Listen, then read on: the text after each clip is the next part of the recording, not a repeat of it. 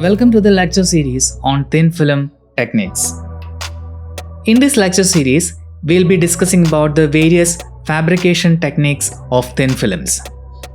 We will also be discussing on the various thickness measurement techniques of thin films.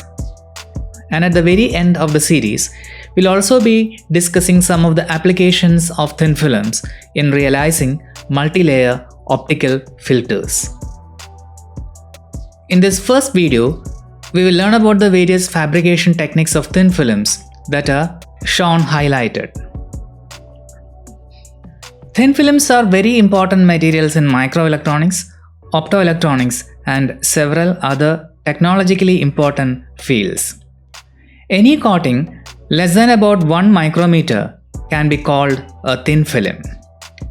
The material or coating of the thin film should be on a clean surface called the substrate. In other words, a layer of substance having a thickness less than 1 micrometer on a substrate can be called a thin film. If there is no substrate, then it is called a foil. One important observation regarding thin films has been that there are wide differences in the properties of these films as compared to those of the bulk material. Probably, this is the reason for the vast developments in the science and technology of thin films. A thin film can be treated as a two-dimensional specimen because of its third dimension, namely the thickness, is very small compared with the other two dimensions. An ideal film is a homogeneous solid material that is contained between two parallel planes and extended infinitely in two directions. For example, in this figure, the film is shown to be infinitely extended along x and y directions. But the dimension of the thin film is restricted along a third direction. In this case, it is shown to be along the z direction. The dimension along the z direction is known as the film thickness, and it is most commonly indicated by d or t. Its magnitude varies from a limit to d tend to 0. Whereas in real films, the two surfaces may not be exactly parallel even with the best deposition conditions. They are rarely homogeneous and may contain imperfections, impurities, dislocations, grain boundaries, and various other defects. Applications of thin films are very many. Microelectronics and optoelectronics industries utilize different materials in the thin film form. Besides this, other technologically important thin film applications are in the magnetic sensors, gas sensors, anti-reflection coatings, corrosion protection paintings, wear resistance, etc. Fabrication of thin films. Thin films can be fabricated by different methods. The deposition techniques are broadly classified as thermal evaporation in vacuum, which include resistive heating, electron beam gun or laser gun evaporation, etc. from suitable sources, or as chemical vapor deposition, which is commonly known as CVD, by pyrolysis, dissociations, reactions in vapor phase, or by sputtering of cathode materials in the presence of inert or active gases either at low or medium pressures, or by chemical deposition by electrodeposition, anodic oxidization, electrolysis plating, chemical displacement, chemical reaction, etc. This part of the video series is intended to discuss on the various thermal evaporation techniques in detail. We'll first discuss about the thermal evaporation in vacuum. As indicated by the name, this technique is associated with the material evaporation due to thermal energy. And this technique is most commonly used for the deposition of metals, alloys, and also many compounds. In thermal evaporation technique, the material to be coated is heated inside a vacuum chamber until its surface atoms have sufficient energy to leave the surface. What you see in this figure is the instrumentation of the coating technique. We have a vacuum chamber inside of which we will place the evaporant. By suitable technique, we will be providing thermal kinetic energy to the evaporant, which becomes a vapor that will travel inside the vacuum chamber and coat on a substrate that is positioned above the evaporating material. The following phenomena occur during the film deposition.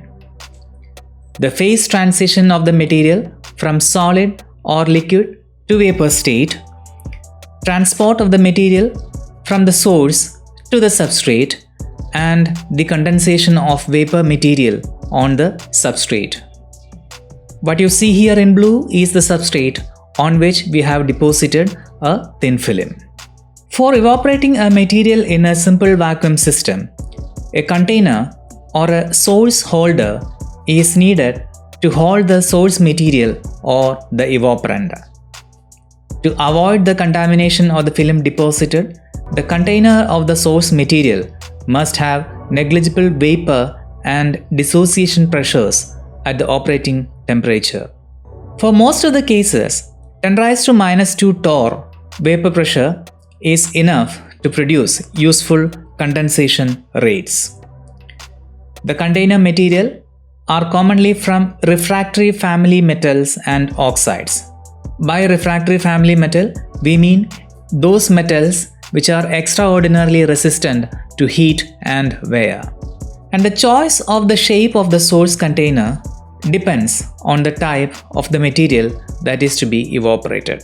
When the material gets vaporized, the atoms of the material collide with the surrounding gas atoms in the environment, and a fraction of the atoms will be scattered and randomized in the transfer direction. If L is the mean free path, the probability that the atoms travel a distance d without undergoing a collision is e⁻ d divided by L. Let's now try to understand the relation between the mean free path of the atoms and the pressure inside the chamber. For air molecules at 25 degrees C, if the pressure inside the chamber is 10⁻⁻⁴ torr, then the mean free path is found to be 45 cm. As we decrease the pressure inside the chamber to 10⁻⁻⁶ torr, it is found that the mean free path becomes 4500 cm. Therefore, for obtaining good quality films, the pressures should be less than 10⁻⁵ torr in order to ensure straight line paths for the emitted vapor atoms. And in a typical thin film coating unit, the substrate to source distance is between 10 to 50 cm. To calculate the rate of evaporation of the evaporant, we'll make use of the Langmuir expression. According to the Langmuir expression, the rate of evaporation of atoms from a clean surface of unit area in vacuum in units of gram per centimeter per second is Me equal to 5.83 times 10⁻⁻² P times M divided by T, where M is the molecular weight of the vapor material and P is the equilibrium vapor pressure of the evaporant under saturated vapor pressure conditions at temperature T. However, several other factors like shape and geometry of the source or the container and the position of the substrate, condensation coefficient, etc. affect the rate of deposition onto a substrate. The rate of deposition of an evaporant onto a substrate follows the Knudsen cosine law. For that, let us consider a substrate which is placed at a height h from a source. H is also the perpendicular distance from the source to point A. Let us consider another point B, which is at a radial distance r from the source. Then, according to Knudsen cosine law, for the ideal case of deposition from a clean, uniformly emitting source onto a plane receiver, the rate of deposition changes as cos theta divided by r square, where r is the radial distance of the receiver from the source and theta is the angle between the radius vector and the normal to the receiver direction. Similarly, we can mathematically account the deposit distribution from point A to point B. Let d0 be the thickness of the deposit on the substrate vertically above the source at a distance h. Also assume that d is the thickness of the deposit at a horizontal distance x from the vertical line. Then the deposit distribution is given by d over d0 is equal to 1 over 1 plus x divided by h the whole square raised to 3 by 2. The molecules per centimeter square per second that are deposited on a substrate depends on the pressure. As the pressure inside the chamber decreases, we can see that the mean free path of the molecules actually increases. As the mean free path increases, we can see that the collision per second between the molecules actually decreases. And for that reason, the molecules that are deposited on the substrate decreases as pressure increases.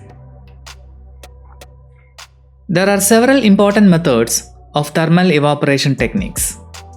Some of them are resistive heating technique, flash evaporation technique, exploding wire technique, electron beam evaporation technique, laser evaporation technique, arc evaporation technique, and radio frequency evaporation technique. From among these, we shall now discuss on the resistive heating technique, electron beam evaporation technique, and laser evaporation technique.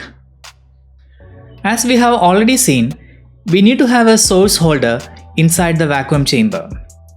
The various source holders in resistive heating technique include basket heaters, spiral heaters, dimple board, and asymmetrical oven type point source.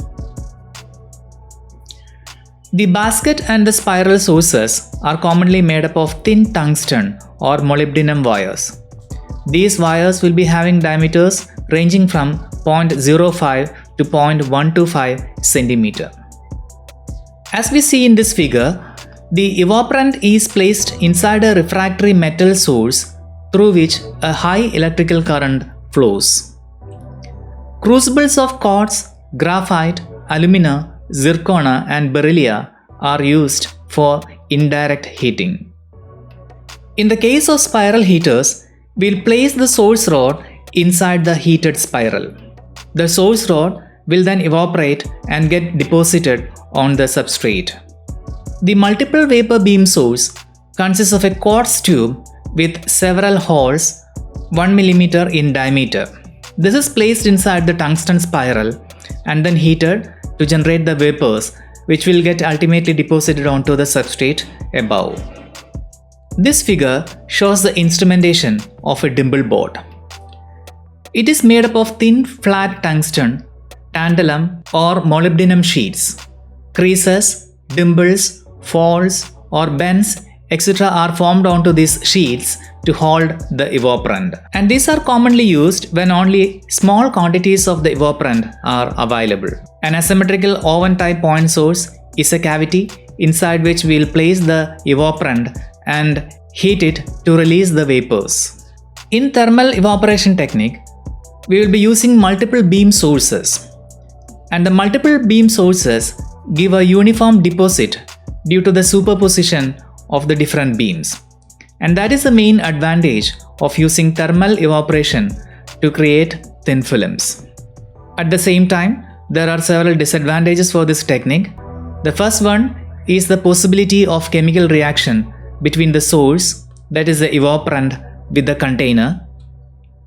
Second one, it is difficult to attain high temperatures for the evaporation of dielectric materials like Al2O3, Ta2O5, TiO2, DaTiO2, etc. Third, the rate of evaporation is too low. Fourth, There is also a chance of dissociation of evaporants and mixture or alloy formation with the container material. And fifth, the uniformity of evaporation is poor. From resistive heating technique, we now move on to electron beam evaporation technique. Electron evaporation method is one of the best methods for the deposition of metals, alloys, refractory metals, etc. at a higher rate. It is now routinely used for the production of metal film resistors and others. In this case, the evaporator is normally kept inside a graphite crucible, which is placed on a water-cooled copper block.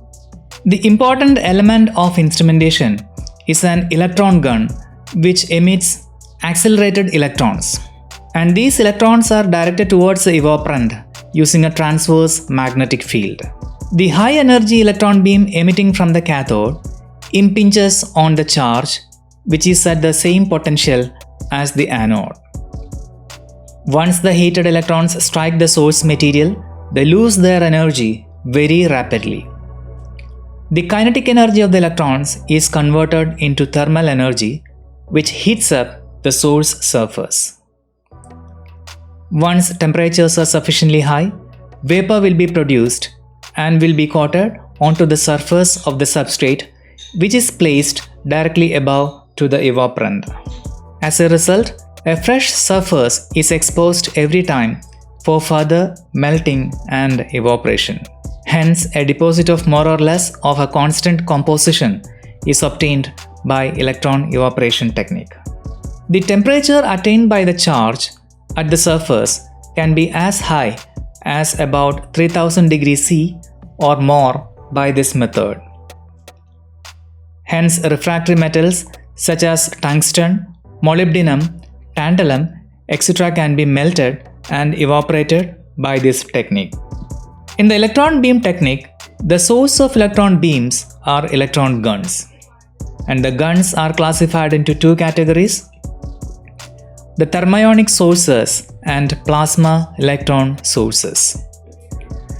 Thermionic sources are those in which electrons are generated thermionically from refractory metal filaments at high temperatures.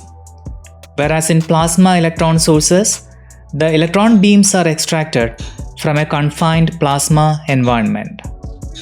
We'll now discuss about some of the thermionic sources that are used for electron evaporation technique. The first one is the self-accelerated electron gun.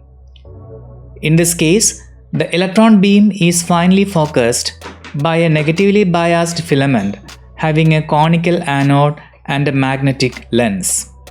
The focal points, about few millimeters in diameter, are used to evaporate the evaporant. Here, the quality of the film can be controlled by changing the parameters to control the electron beam. This method is very useful for fabricating the thin films of refractory materials like niobium, whose evaporating temperature is as high as 3000 degrees C. We have already seen this instrumentation, and this is known as a bend beam technique.